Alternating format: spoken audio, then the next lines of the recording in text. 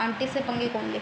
तो शायद इसी के लिए वो कहावत लिखी गई है कि सांप भी मर गया और लाठी भी नहीं टूटी। ज़रूरी तो नहीं कि सभी बच्चे पढ़ रहे हैं, कुछ तुम्हारे जैसे भी होंगे मस्तीखोर जो मस्ती कर रहे होंगे, ठीक था। पर आजकल ChatGPT का ज़माना है, तो अगर आज ऐसा हो सकता है तो उनको बता देना।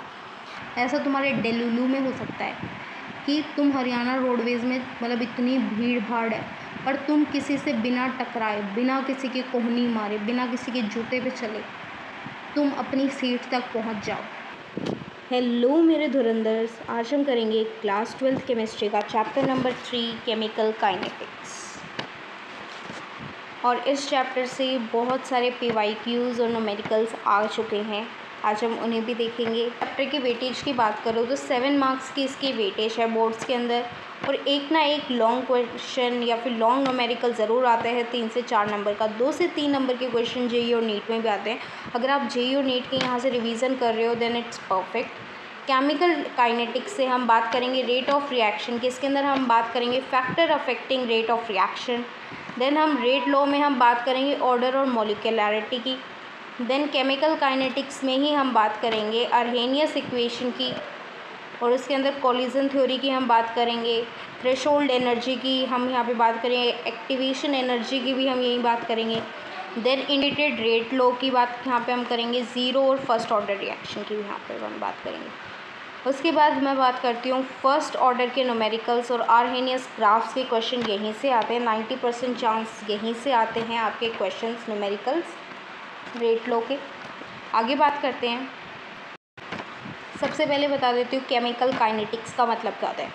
केमिकल आपको समझ आ रहा होगा कुछ ना कुछ केमिस्ट्री से रिलेटेड है, और काइनेटिक्स कुछ ना कुछ रेट से, रेट ऑफ रिएक्शन यानी स्पीड से रिलेटेड है। अब यहाँ पे ये आता है हमारे पास 3 टाइप का। इसके अंदर रिएक्शन कैसी कैसी हो सकती है, या तो वेरी फास्ट जैसे कि कोई न्यूक्लियर एक्सप्लोजन हो गया, वेरी स्लो जैसे कि रस्टिंग ऑफ आयरन। अब आयरन ये तो नहीं है कि आज हम लोहा लेके और आज की आज जंग लग गया, 10-15 साल तो कम से कम लगते ही हैं लोहे को जंग लगने में। उसके बाद हम बात करते हैं मॉडरेट रिएक्शंस की। देखो इस चैप्टर में हम मॉडरेट रिएक्शंस की बात करेंगे, क्योंकि मतलब जो कहीं ना कहीं जो वेरी फास्ट और जो वेरी स्लो रिएक्शंस है इनको निकालना इतना मुश्किल नहीं होता, मतलब इतना मुश्किल नहीं होता, पर इतना एक्यूरेट तरीके से ये नहीं निकलते। अब सोचो ना किसी की रिएक्शन कोई मतलब जैसे ये फास्ट रिएक्शन है तो वो बहुत ज़्यादा मिली सेकेंड्स के अंदर हो रही होगी, और कोई ना कोई बहुत स्लो रिएक्शन है तो उसको 10-15 साल रख रहे हो, तो क्या हम इतने वेट करते रहेंगे। तो इस चैप्टर में हम डिस्कस करने वाले हैं कैसे रिएक्शंस को, मॉडरेट रिएक्शंस को। इन रिएक्शंस को हम स्टडी करेंगे। आगे चलते हैं। अब हम बात करते हैं रेट ऑफ रिएक्शन की। रेट ऑफ रिएक्शन की हम बात करते हैं किस स्पीड से रिएक्शन हो रही है, मतलब किस स्पीड से रिएक्शन हो रही है, और जो हमारे जो रिएक्टेंट हैं वो किस स्पीड से प्रोडक्ट बन रहे हैं, that is rate of reaction. ठीक है। अब ये 2 तरीके से हम निकालते हैं, दैट इज़ एवरेज रेट और instantaneous rate. Average rate is over a long period of a time. Long period of time के लिए जब हम एवरेज रेट निकालते हैं तो उसका फॉर्मूला होता है concentration upon time. Concentration upon time का मतलब है अगर डेल्टा C बाई आपको डेल्टा T दिख रहा है तो C इज़ कंसंट्रेशन, और इसको हम लिखते हैं N/V यानी मोल्स बाय में वॉल्यूम अपॉन में ये जो टाइम है this is as it is. ठीक है, ऐसे निकालते हैं हम कंसंट्रेशन। उसके बाद अगर मैं बात करूँ कि इंस्टेंटेनियस स्पीड क्या होती है, इसको हम किसी भी स्पेसिफिक इंस्टेंट या फिर एक पर्टिकुलर टाइम के लिए निकालते हैं, और इसमें हम क्या निकालते हैं, this is differentiation of concentration upon में dt। This is d of concentration upon में dt। ठीक है, और इंस्टेंटेनियस स्पीड हम इस फॉर्मूले से निकालते हैं dc बाई में dt। ठीक है, this is concentration, c is concentration also है। ठीक है। अब आप ये सोचोगे ये प्लस और माइनस के साइन क्यों लगा रखा है। देखो अगर कोई भी रिएक्शन बन रही है, कोई भी रिएक्शन है वो मतलब यहाँ पे कुछ ना कुछ रिएक्टेंट्स होंगे और उससे क्या बन रहे होंगे, प्रोडक्ट्स बन रहे होंगे। ठीक है, तो A और B फॉर एग्जांपल हमारे रिएक्टेंट और उससे बन रहा है C। तो A और B जब रिएक्टेंट मतलब जो A और B जो हमारे रिएक्टेंट है जब वो प्रोडक्ट बन रहे होंगे तो A और B मतलब ऐसा तो नहीं है कि प्रोडक्ट के टाइम पे हमें A और B दिखेंगे, वो तो वो तो ख़त्म हो चुके, वो तो एक टाइम से डिसअपियर हो चुके, तो इन्हें हम रेट ऑफ डिसअपियरेंस भी कहते हैं। ठीक है, ए और बी डिसअपियर कौन हुए, रिएक्टेंट डिसअपियर हुए, तो this is rate of disappearance. और रेट ऑफ अपीयरेंस क्या मिल रहा है हमें, प्रोडक्ट मिल रहा है, तो this is rate of appearance. अब आप यहाँ पे देख सकते हो कंसंट्रेशन और टाइम का आपको ग्राफ दिख रहा है, आप देख पा रहे होंगे, दिस इज़ कंसंट्रेशन और दिस इज़ टाइम। तो ये जो ग्राफ है ये मतलब देखो रिएक्टेंट पहले सबसे ज़्यादा थे, सबसे ज़्यादा रिएक्टेंट थे, अपने मैक्सिमम मतलब मैक्सिमम रिएक्टेंट थे, और जैसे जैसे टाइम कम हो रहा है, जैसे जैसे ये टाइम बढ़ता जा रहा है, वैसे वैसे रिएक्टेंट क्या हो रहा है, वैसे वैसे रिएक्टेंट कम होते जा रहे हैं। वाइल जो आपको ये प्रोडक्ट दिख रहा है, ये मतलब स्टार्टिंग से मतलब बिल्कुल ज़ीरो था, जैसे जैसे ये टाइम बढ़ा प्रोडक्ट क्या हो रहे हैं, बढ़ते जा रहे हैं। ठीक है, तो ये मैंने दोनों बता दिए कि रिएक्टेंट टाइम के साथ डिप्लीट हो जाते हैं, तो दैट बाय माइनस साइन, और प्रोडक्ट्स जो हैं एक्यूमुलेट हो जाते हैं ओवर टाइम, मतलब बनते हैं, तो दिस इज़ प्लस साइन। आगे चलते हैं, अब हम बात करते हैं किसकी, कंसंट्रेशन की। कंसंट्रेशन जो, अब हम बात करते हैं कंसंट्रेशन की। जो रेट होता है, rate is directly proportional to reactants. Rate क्या होता है, डायरेक्टली प्रोपोर्शनल होता है किसके, रिएक्टेंट्स के। ठीक है, अब हम बात करते हैं टेम्परेचर। चलो उससे पहले हम बात करते हैं सरफेस एरिया की। देखो अब आपके पास एक पाउडर शुगर है और आपके पास एक क्रिस्टलाइन शुगर, कौन सी मतलब ज़्यादा फास्ट घुलेगी, ऑब्वियसली जो हमारे पास जो पाउडर वाली शुगर है वो बहुत जल्दी रिएक्शन दिखाएगी एज़ कम्पेयर टू क्रिस्टलाइन वाली, और इसका जो सरफेस एरिया है वो भी ज़्यादा है, और higher surface area then higher rate of collisions. ठीक है, अब हम बात करते हैं टेम्परेचर की, और इसके अंदर हम एक और बात करते हैं, यहाँ पे हम सरफेस एरिया के साथ हम एक और बात करते हैं नेचर ऑफ रिएक्टेंट की, और इसके अंदर भी हम बात करते हैं फिजिकल स्टेट की। तो सॉलिड, लिक्विड, गैस। सॉलिड में जो पार्टिकल्स होते हैं वो बहुत क्लोज होते हैं, ठीक है, जिसकी वजह से जो रेट ऑफ रिएक्शन होता है वो घट जाता है, while as compare to gas this is of solid, और एज़ कम्पेयर टू गैस जो पार्टिकल्स होते हैं वो बहुत दूर दूर होते हैं, जिसकी वजह से जो रेट ऑफ रिएक्शन होता है वो ज़्यादा होता है। ठीक है, आगे चलते हैं, अब हम बात करते हैं टेम्परेचर की, the 10 degree rule. Her 10 degree बढ़ाने पे हमें जो रेट होता है वो डबल मिलता है। ठीक है, कैटलिस्ट की बात करते हैं, कैटलिस्ट कौन होते हैं, जो किसी भी रिएक्शन को क्या कर देते हैं, फास्ट कर देते हैं। ठीक है, without taking part in the reaction.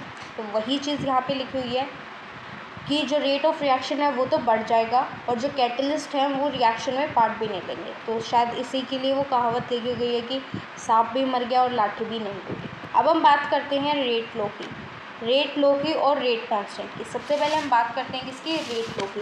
Rate law क्या होता है, कोई भी रिएक्शन है, for example this is the reaction, ठीक है, उससे बना सी और डी। ठीक है, इस रिएक्शन का जो रेट है वो किसके ऊपर डिपेंड करेगा, रिएक्टेंट्स के ऊपर। रेट किसके ऊपर डिपेंड करेगा, रिएक्टेंट्स के ऊपर। तो वो लिख दिया। अब आप ये सोचोगे इसके ऊपर एक्स वाई लिखा है, पर इसके आगे के कोफिशिएंट्स तो ए और बी हैं। ठीक है, एक बार मैं इसको रिमूव कर देती हूँ। अब आप सोचोगे इसके आगे के कोफिशिएंट्स तो ए और बी हैं, वाई इज़ दिस एक्स और वाई। तो ये जो ए और बी है, जो ये हैं इसके स्टोक्योमेट्रिक कोफिशिएंट, ये इसकी पावर नहीं है, ये इसकी एक्सपोनेंशियल पावर नहीं है। ये जो स्टोक्योमेट्रिक कोफिशिएंट्स हैं इनको कभी भी ऊपर पावर में नहीं लिखा जाता। ये चीज़ मत भूलना कि यहाँ पे ए है तो यहाँ पे ए और बी ही लिखा जाएगा, नहीं। यहाँ पे अगर इसकी वैल्यू 3 और 7 है तो यहाँ पे 3 और 7 नहीं लिखा जाएगा। ठीक है, ये स्टोक्योमेट्रिक कोफिशिएंट्स यहाँ पे नहीं लिखे जाते, ये ऑर्डर निकालने के काम आता है ये। ठीक है, ये जो ऊपर लिखे गए हैं दीज आर मोलर कंसंट्रेशंस। ये क्या है, मोलर कंसंट्रेशंस है, ये एक्सपेरिमेंट के थ्रू आते हैं, दीज आर एक्सपेरिमेंटल वैल्यूज़, हम इन्हें निकाल के नहीं लिख सकते। ठीक है, तो दीज आर एक्स और वाई। आगे चलते हैं,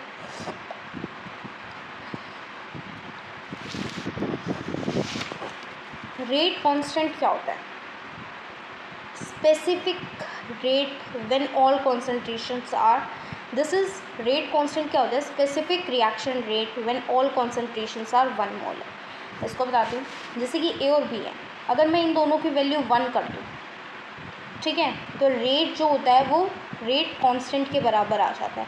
that is your specific reaction rate या फिर रेट कांस्टेंट, इसी के दोनों नाम हैं, ठीक है।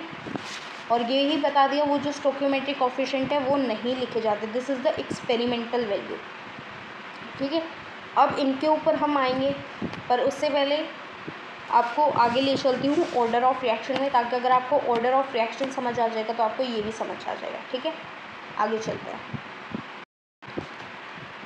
अब हम यहाँ पे बात करेंगे किसकी, ऑर्डर की और मॉलिक्यूलैरिटी की। ऑर्डर क्या होता है किसी भी रिएक्शन का, sum of reaction, sum of power of concentration time. जो ऊपर जो पावर लिखी गई थी एक्स और वाई, कई कई बुक्स में एम और एन भी लिखा होता है, तो जो एक्स और वाई है इनको हम जो ऑर्डर ये निकल के आएगा उसको हम एन से डिनोट कर देते हैं, ठीक है।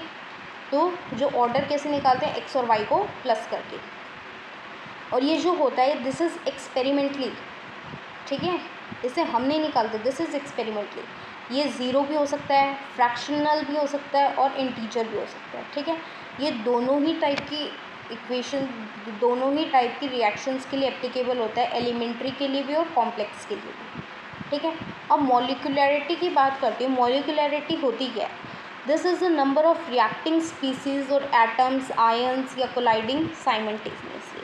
अब मैं आपको बात बताती हूँ किसकी, मॉलिक्यूलैरिटी की। मॉलिक्यूलैरिटी मतलब कुछ ऐसी भी टर्म्स होती हैं, ठीक है। अब हमें जैसे कि एक क्लास है, एक क्लास के अंदर मान लो 30 बच्चे हैं और टीचर पढ़ा रही है, ठीक है। अब ज़रूरी तो नहीं कि सभी बच्चे पढ़ रहे हैं, नहीं है ना ऐसा ज़रूरी कि सभी बच्चे पढ़ रहे हैं।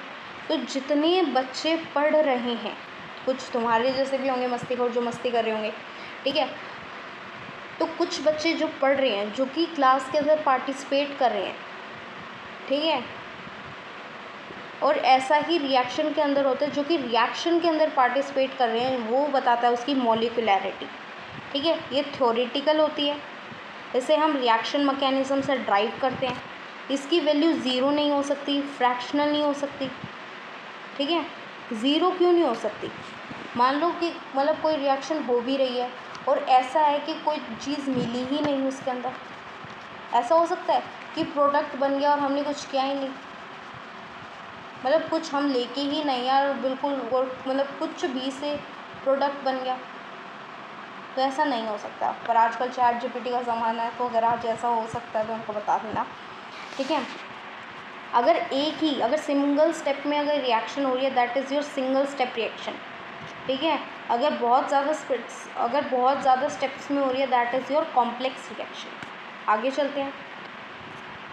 अब हम बात करते हैं ज़ीरो ऑर्डर रिएक्शन की। ज़ीरो ऑर्डर रिएक्शन की हम क्या बात करते हैं, ऑर्डर, ज़ीरो मीन्स ज़ीरो और ऑर्डर मीन्स एक्स और वाई को अगर मैंने प्लस किया तो उनकी वैल्यू क्या आ रही है, ज़ीरो आ रही है, ठीक है। इसका मतलब जो है हमारा ये जो रेट है, ये जो कम्प्लीटली जो है किसके इंडिपेंडेंट है, रिएक्टेंट की कंसंट्रेशन के ऊपर इंडिपेंडेंट है। तो हमारा रेट जो आ गया, दिस इज़, देखो अगर कहीं ऐसे लिखा है कि ए है और उसकी पावर ज़ीरो है, इसका मतलब होता है 1, ठीक है। इतना तो आप पढ़ के ही आए होगे 8th क्लास में, अगर कोई ऐसे है और उसकी पावर ज़ीरो है, दैट इज़ 1, ठीक है। आगे चलते हैं। अब आपको ये इक्वेशन दिख रही होगी, इसको मैं थोड़ी देर बाद समझाऊंगी, पहले ये ग्राफ देखो। अब देखो ये जो ग्राफ है आपको दिख रहा है, दिस इज़ रेट का ग्राफ, और यहाँ पे आना चाहिए कंसंट्रेशन का, क्योंकि ओवरऑल हम कंसंट्रेशन की बात करें। This is your concentration overall, ठीक है। ये रेट और कंसंट्रेशन का ग्राफ है, ये बिल्कुल सीधा है, मतलब रेट जो है वो कंसंट्रेशन के ऊपर डिपेंड नहीं कर रहा, ठीक है। अब हम अगला ग्राफ आता है इसके अंदर, ये देखो दिस इज़ योर कॉन्सेंट्रेशन का ग्राफ और दिस इज़ योर टाइम। तो जो टाइम के मतलब जो कंसंट्रेशन है वो टाइम बढ़ता जा रहा है और कंसंट्रेशन क्या हो रही है, डिक्रीज, यानी रिटार्डिंग ग्राफ हो रहा है ये। तो इसमें जो हम स्लोप निकालेंगे वो कैसे निकालेंगे, माइनस ऑफ के, आपका यहाँ पे स्लोप निकलेगा इसका, ठीक है। आगे चलते हैं। ये मैं अभी थोड़ी देर में बताऊंगी, क्योंकि इससे पहले आपको अर्हेनियस इक्वेशन पता होनी चाहिए, ठीक है। आगे चलें। सो दिस इज़ एक second, this is your first order reaction, मतलब जिसमें पावर क्या है, पावर है आपकी 1। अब ये पावर 1 कैसे हो सकती है, जो R है उसमें के जो ए है उसकी पावर 1 कर दो और बी की पावर 0 कर दो, तो इन दोनों का सम क्या होगा 1। या फिर हम ऐसे भी कर सकते हैं कि बी की पावर 1 ले लो और ए की पावर 0। अब पहले वाले का मतलब है कि ए के ऊपर कम्प्लीटली डिपेंड कर रहा है और इस वाले में पता चल रहा है कि बी के ऊपर कम्प्लीटली डिपेंड कर रहा है हमारा रेट। ठीक है, आगे चलते हैं। ये इक्वेशंस देखो, यहाँ पे आपको एक ग्राफ दिख रहा है, ये है log a का और टाइम का। दिस इज रिटार्डिंग ग्राफ और इसका जो स्लोप है वो -k/2 भाई ये जब भी समझ आएगा, एक बार पहले मैं आर्हेनियस इक्वेशन बता दूँ उसके बाद बता दूँ, पर इससे पहले आपको एक ग्राफ याद रखना होगा जो कि होगा log, एक सेकेंड, इसलिए में है फर्स्ट ऑर्डर रिएक्शन में जो कि आपको एक ग्राफ याद रखना है, दैट इज़ ये है log a और दिस इज टाइम। ठीक है, ये जो ग्राफ आएगा ये आपको ऐसा डिक्रीजिंग देखने को मिलेगा।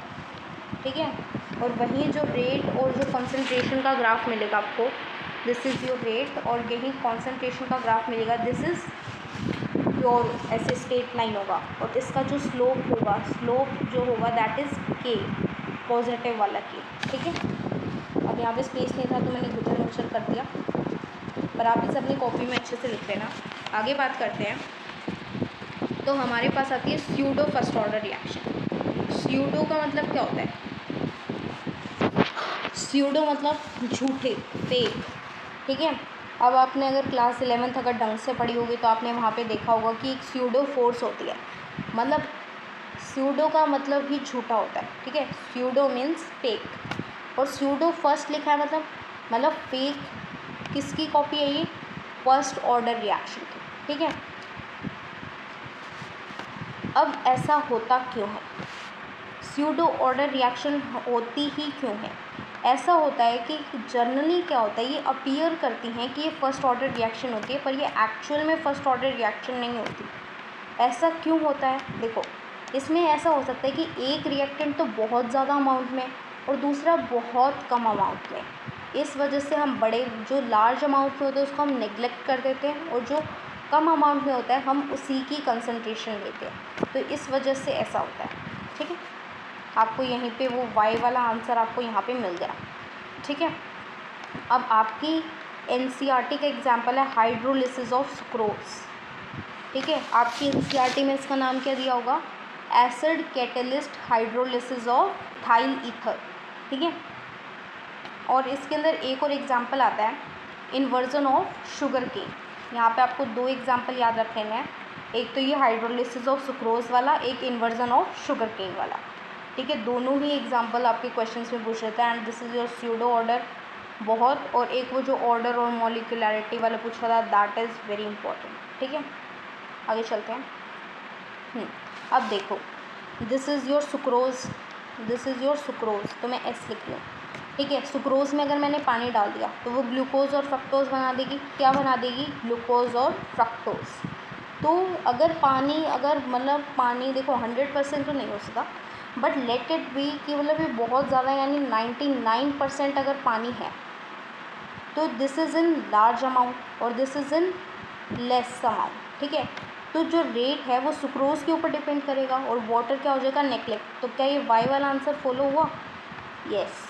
ठीक है, और देखो तो रेट ऑफ रिएक्शन किसकी निकली? सुक्रोज की निकली, पर यहाँ पे वाटर भी तो प्रेजेंट है, तो स्यूडो ऑर्डर से हमें ये नहीं पता चला ना। स्यूडो ऑर्डर दिखा तो रही है कि ये सुक्रोज के ऊपर ही डिपेंड कर रहा है, this is your first order reaction, पर हमें तो पता है कि वाटर भी है, तो this is your pseudo first order reaction. आगे चले, अब हम बात करते हैं टेम्परेचर की और आर्हेनियस इक्वेशन की, कि आर्हेनियस इक्वेशन होती क्या है। आर्हेनियस इक्वेशन एक ऐसी इक्वेशन होती है जो कि आपको एक रिलेशन देती है, किसके बीच में? रेट ऑफ रिएक्शन और टेम्परेचर के बीच में। मतलब ROR और टेम्परेचर के बीच में संबंध कौन बताती है? हमारी आर्हेनियस इक्वेशन। ठीक है, अब हम बात करें ये आर्हेनियस इक्वेशन का फॉर्मूला होता है, के अंदर थोड़ी सी गड़बड़ होगी। अब देखो क्या, अब हम बात कर रहे हैं यहाँ पे आर्हेनियस इक्वेशन की, के इज़ योर आर्हेनियस या फिर फ्रीक्वेंसी फैक्टर, या फिर हम के जो है वो आपका क्या है, रेट कांस्टेंट है, ठीक है। यहाँ पर थोड़ी सी गड़बड़ होगी। के इज़ योर रेट कांस्टेंट। ई क्या है आपका, इज़ योर, भाई ई गैस कांस्टेंट नहीं है भाई, थोड़ी सी यहाँ पे गड़बड़ है। ई जो है वो है आपकी exponential constant, exponential constant, where R is your gas constant, T is your temperature, और ई ये क्या है आपकी थ्रेशोल्ड एनर्जी, क्या है आपकी थ्रेशोल्ड एनर्जी, ठीक है। दिस इज सॉर्टेड, ठीक है। और आपको हमेशा टेम्परेचर किसके अंदर लेना है, केल्विन के अंदर लेना है। अब अगर ये है लॉग फॉर्म, अगर इसी वैल्यू को अगर आप लॉग ले लोगे दोनों साइड, तो आपके लिए ये इक्वेशन बन जाएगी, ठीक है। ये इक्वेशन कब काम करेगी, जब आपके पास होंगे दो टेम्परेचर, ठीक है। और टेम्परेचर हमेशा किस में लेना है, केल्विन में लेना है। ये आपको ग्राफ दिख रहा है, इस ग्राफ को देख लेना, लॉग के का है और अपॉन हाफ टाइम का ग्राफ है ये। तो इसका जो स्लोप होगा वो ऐसे रिटार्डिंग होगा, तो आपकी जो स्लोप की वैल्यू होगी वो ये होगी, ठीक है। आगे चलें, अब हम बात करते हैं कोलिजन थ्योरी की। कोलिजन थ्योरी की मैं आपको बात बताती हूँ। अगर आपने हरियाणा रोडवेज से अगर ट्रैवल किया होगा, हरियाणा रोडवेज से कभी ट्रैवल किया है, अगर नहीं किया होगा तो ये सुना होगा कि बहुत रश होता है ना। ऐसा हो सकता है, ऐसा तुम्हारे डेलुलू में हो सकता है कि तुम हरियाणा रोडवेज़ में मतलब इतनी भीड़ भाड़ है, पर तुम किसी से बिना टकराए, बिना किसी के कोहनी मारे, बिना किसी के जूते पे चले तुम अपनी सीट तक पहुंच जाओ, ठीक है। वैसे बहुत मौत का खेल है, बट तुम ऐसे अपनी सीट तक पहुंच जाओ, तो this is your effective collision, ठीक है। This is your effective collision. और हर कोलिजन इफ़ेक्टिव नहीं होता, ठीक है। अब कोई ऐसा थोड़ी है कि कोई ऐसा हो जो मतलब जो तुम्हारी तरह ही आ रहा हो, तुम तो अपने डेलुलू में चल रहे हो, वरना तुम किसी को बिना धक्के बिना कोनी मार के आ जाओ, ऐसा तो नहीं हो सकता, ठीक है। एक्टिवेशन एनर्जी क्या होती है, तो कोलिजन थ्योरी मैंने बता दी कि कोलिजन क्या होता है, बिना मतलब कोलिजन क्या होता है, मॉलिक्यूल्स जो हैं वो एक दूसरे से टकराएंगे, कुछ ना कुछ एनर्जी वगैरह रिलीज़ करेंगे, ठीक है। एक्टिवेशन एनर्जी क्या होता है, स्टार्टिंग में जब आप बस में चढ़े थे और तुमने इतनी लंबी भीड़ देखी, अब तुमने ऐसा सोचा कि भाई मुझे मेरी सीट तक पहुंचना है, तो वो जो स्टार्टिंग में जो तुमने एनर्जी लगाई अपनी सीट तक पहुंचने के लिए, that is your activation energy. जो स्टार्टिंग में जो एनर्जी तुम्हारे अंदर थी अपनी सीट तक पहुंचने के लिए, अब तुम पहुंचे दूसरी सीट तक, और सीट तो आगे 12 और हैं, ठीक है, आगे और चलना है। तो पीछे से तुम्हारा दोस्त आता है, ठीक है, पीछे से तुम्हें तुम्हारा दोस्त मिल गया। अब तुम्हारी सीट पे बैठी है एक आंटी, अब आंटी को उठाना बहुत मुश्किल, क्योंकि अगर अंकल हो तो कहते हैं अंकल हमारी सीट है, हमने टिकट कटवा लिया, ठीक है। पर अब आंटी है, आंटी से पंगे कौन ले, चप्पल जूते का डर रहता है, ठीक है। अब तुम्हारा दोस्त आ गया, अब तुम्हारी हिम्मत नेक्स्ट लेवल बढ़ गई, तुम उस आंटी को जाके कह रहे हो aunty this is my seat. Aunty के पहले तो समझ नहीं आया, तुम कह रहे हो आंटी ये मेरी सीट है। अब तुम्हारा दोस्त कह रहा है हाँ आंटी ये इसकी सीट है, वो सोच रहा है तुम्हारी गोदी में बैठ जाए, ठीक है, वो तुम्हारी सीट के लिए लड़ रहा है। तो जो एनर्जी, जो सपोर्ट तुम्हारे दोस्त ने दिया तुम्हारे साथ मिलके, मतलब एक्टिवेशन एनर्जी जो तुमने एनर्जी लगाई थी स्टार्टिंग में, और जो तुम्हारे दोस्त ने जो तुम्हारा सपोर्ट बन के जो तुम्हें एनर्जी दी है, उन दोनों को मिला दिया जाए तो that is your threshold energy, ठीक है। अब आपको यहाँ पे एक ग्राफ दिख रहा है, इस ग्राफ को भाई रट लो, और रटना क्यों है समझा देती हूँ। रिएक्टेंस है उनकी जो इनिशियल एनर्जी है, ठीक है, इनिशियल एनर्जी, एक सेकेंड, इनिशियल जो एनर्जी है, एक सेकेंड भाई, इनिशियल जो एनर्जी है वो थी बिल्कुल ग्राउंड लेवल पे, पर उन्हें एक्टिवेशन एनर्जी से कहाँ पहुँच के थोड़ा सा ऊपर, और जब तुम्हारा दोस्त आ गया तो जो एक्टिवेशन एनर्जी उससे थोड़ा सा और ऊपर, मतलब ओवरऑल जो तुम्हारा प्रोडक्ट है उसमें इंक्रीज़ हुआ, तो that is your collision theory वाला कॉन्सेप्ट, ठीक है। आगे चलते हैं। अब एक बार मैं तुम्हें बता देती हूँ, हमने यहाँ पे कुछ छोड़ा था, ये देखो ये चीज़ें मैंने बताई थी। अब तुमने क्या कर लिया, अब तुमने आर्हेनियस इक्वेशन कर लिए, ठीक है, आर्हेनियस इक्वेशन कर लिए। तो this is your A is your final concentration, ये जो है A naught is your initial concentration, K is your rate constant और टी इज़ योर टेम्परेचर, ठीक है। इससे आप क्या निकाल सकते हो, ज़ीरो ऑर्डर रिएक्शन। अब ज़ीरो ऑर्डर रिएक्शन निकाल ही रहे हो तो ऊपर ऑर्डर वगैरह बता देती हूँ। ये देखो, ये होता है रूट फॉर्मूला किसी भी रिएक्शन को निकालने का, किसी भी रिएक्शन के ऑर्डर वगैरह को निकालने का, ठीक है। अब बताती हूँ कैसे। देखो, अब इसको मैं एक सेकेंड,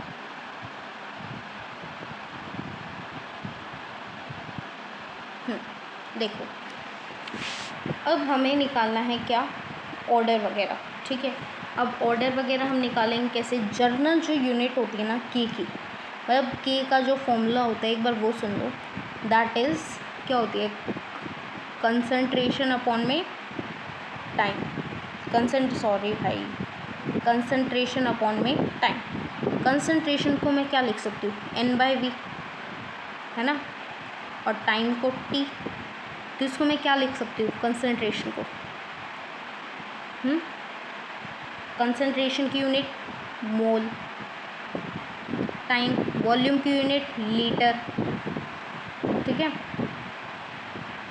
और टाइम की यूनिट सेकेंड, और ये ऊपर चला जाएगा, दैट इज़ -1, ठीक है। तो जर्नल जो फॉर्मूला हो गया ना इसका, that is 1 - n, this is 1 - n। अब आपको ये याद रखना है, ठीक है, ये जो फॉर्मूला है ये एक बार आपको याद रखना है, ठीक है। इसी से हम बाकी 4 फॉर्मूले बनाएंगे। तो इसकी जो जर्नल यूनिट होगी that is mole by litre, 1 - n T। और अच्छा, ये ऊपर है, ये है भाई यूनिट, इतनी ही है ये यूनिट, ठीक है, सेकेंड -1, ठीक है। अगर क्या हो, अब इस चीज़ को तुम याद रखना, अब ये यूनिट अगर तुम्हारे दिमाग में है, ये यूनिट आई कैसे, तो एक बार बता दूँ। देखो, मेरे को थोड़ा ही टाइम लगेगा, एक बार बता दूँ कैसे आई यूनिट, ठीक है, ताकि तुम्हारे मन में ये ना रहे भाई ये यूनिट कैसे आई। मैंने पहले सोचा था नहीं बताऊँगी, पर मैंने सोचा चलो बता ही देती हूँ। तो ये यूनिट कैसे आई, देखो, रेट ऑफ रिएक्शन क्या होता है, रेट ऑफ रिएक्शन इज़ के ए की पावर n, मतलब ए और बी जो तुम लिख रहे हो चाहे वो लिख लो। तो एक सेकेंड, अब देखो, ए की पावर x और b की पावर y, ये लिख सकते हो, ए की पावर x और b की पावर y। तो अगर मुझे k निकालना है, k की यूनिट ही निकाल रही हूँ मैं, तो इसको मैं ROR बाय में ये लिख दूँ, ए की पावर x और b की पावर y, ठीक है। तो ROR क्या है, कंसंट्रेशन बाय में टाइम। तो दिस इज़, एक second, this is mole by में litre, this is your concentration upon में टाइम, ठीक है। और रेट ऑफ रिएक्शन कैसे लिखेंगे, रेट ऑफ, ये जो AX और BY है ये भी क्या है, मोल पर लीटर, मतलब मोल पर लीटर की पावर x और मोल लीटर की पावर y। और उससे जो तुम्हारा फॉर्मूला आया है, ये क्या आया है, क्या आया है ये तुम्हारा फॉर्मूला, इससे यही फॉर्मूला तो आया है, this is your mole by में लीटर, ठीक है। देखो, एक सेकेंड, देखो पहले हम टाइम को एक एक करते करते, टाइम है, टाइम ऊपर चला जाएगा, तो this is your second inverse, ठीक है, इतना समझ आया। अब ये देखो, अब ये ऐसे आ गए, मोल बाय में लीटर, और ये हो गया मोल बाय में लीटर, और इन दोनों को प्लस करके x और y को प्लस करके ऑर्डर n लिख सकती हूँ, दिस इज़ योर n। इन दोनों को मैं कंबाइन करके क्या लिख सकती हूँ, मोल बाय में लीटर, ठीक है। और दिस इज़ ऊपर क्या है 1, और अगर ये ऊपर चला जाएगा तो ये -10 हो जाएगा, दिस इज़ योर 1 - 10, ठीक है। अब सबको समझ आ गई के की यूनिट कैसे आई, दिस अब आपकी है आपकी के की यूनिट। अब सबको समझ आ गई के की यूनिट कैसे आई। अगर यहाँ पे अगर ऑर्डर ज़ीरो हुआ, ठीक है, अब यहीं से समझाती हूँ, अब ये ऊपर वाला तामझाम इरेज कर देती हूँ। ठीक है। देखो अगर अब हमें कह दिया कि अगर ऑर्डर ज़ीरो है, ठीक है, मतलब ऑर्डर ज़ीरो है का मतलब क्या है, n की वैल्यू क्या है, ज़ीरो, तो n की वैल्यू हम ज़ीरो पुट करेंगे, ठीक है। अगर n की वैल्यू अगर मैंने ज़ीरो पुट की तो ये क्या आया, मोल बाय में लीटर और सेकंड का इन्वर्स, ये आ गई आपकी ज़ीरो ऑर्डर की यूनिट, ठीक है, की यूनिट है ये ज़ीरो ऑर्डर के लिए। अगर मुझे अगर फर्स्ट ऑर्डर के लिए कहे, किसके लिए कहे, फर्स्ट ऑर्डर के लिए कहे, तो फर्स्ट ऑर्डर के लिए मैं यहाँ पे 1 पुट करूँगी। फर्स्ट ऑर्डर के लिए कहिए ना, तो यहाँ पे मैं 1 पुट करूँगी n की जगह मैंने 1 पुट किया तो ये क्या आ गया, ज़ीरो। और किसी की भी पावर, अब यहाँ पे अगर मोल बाय में लीटर है, अगर इसकी पावर अगर ज़ीरो है तो इसकी इक्वल है 1 के इक्वल, तो दिस इज़ योर 1, तो इसको एक बार मान लो दिस, तो इसकी फर्स्ट ऑर्डर की यूनिट क्या आएगी, सेकेंड इनवर्स, ठीक है। तो इस चैप्टर में बस यही था, ये सारा का सारा मैंने आपको बता दिया, बस एक बार इसको अच्छे से रिवाइज़ कर लेना, ठीक है।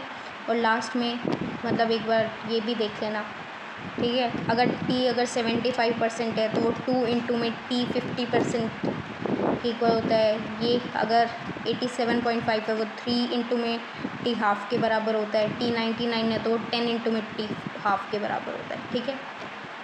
ऐसा कब होगा, जब फर्स्ट ऑर्डर रिएक्शन हो, ठीक है। कंप्लीट वीडियो आएगी, सब बता दूँगी, ठीक है। उनके ऊपर तो मैं क्वेश्चंस भी करवाऊँगी अलग से, ठीक है। एक बार बस ये याद रखना रिवीजन टाइम में। और आपके लिए ये जो सारे फॉर्मूलाज हैं मैंने ये एक जगह कर दिए हैं कंबाइन, इन्हें भी देख लेना। और एग्ज़ाम में जाने से पहले ये सारे क्वेश्चन कर लेना, और हो जाए तो टिक लगा देना, ठीक है। तो wish you all the very best for your exams. Thank you so much.